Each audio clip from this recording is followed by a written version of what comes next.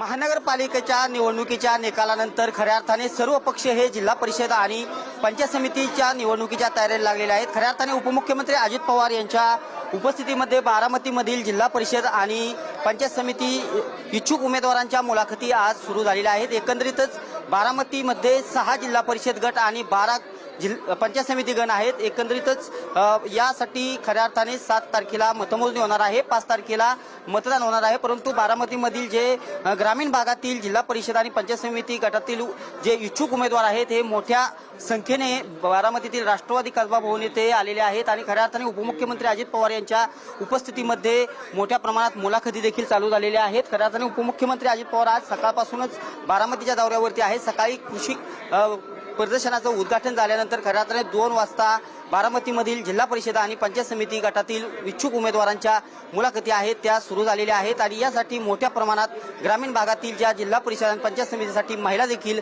इच्छुक आहेत असं देखील सद्यस्थितीचे चित्र आहे आणि मुलाखतीसाठी मोठ्या संख्येत जे उमेदवार आहेत ते दाखल झालेले पाहावयास मिळत आहेत। कॅमेरा पर्सन अभिजित पिशेसह मी दीपक कापरे, TV9 मराठी, बारामती।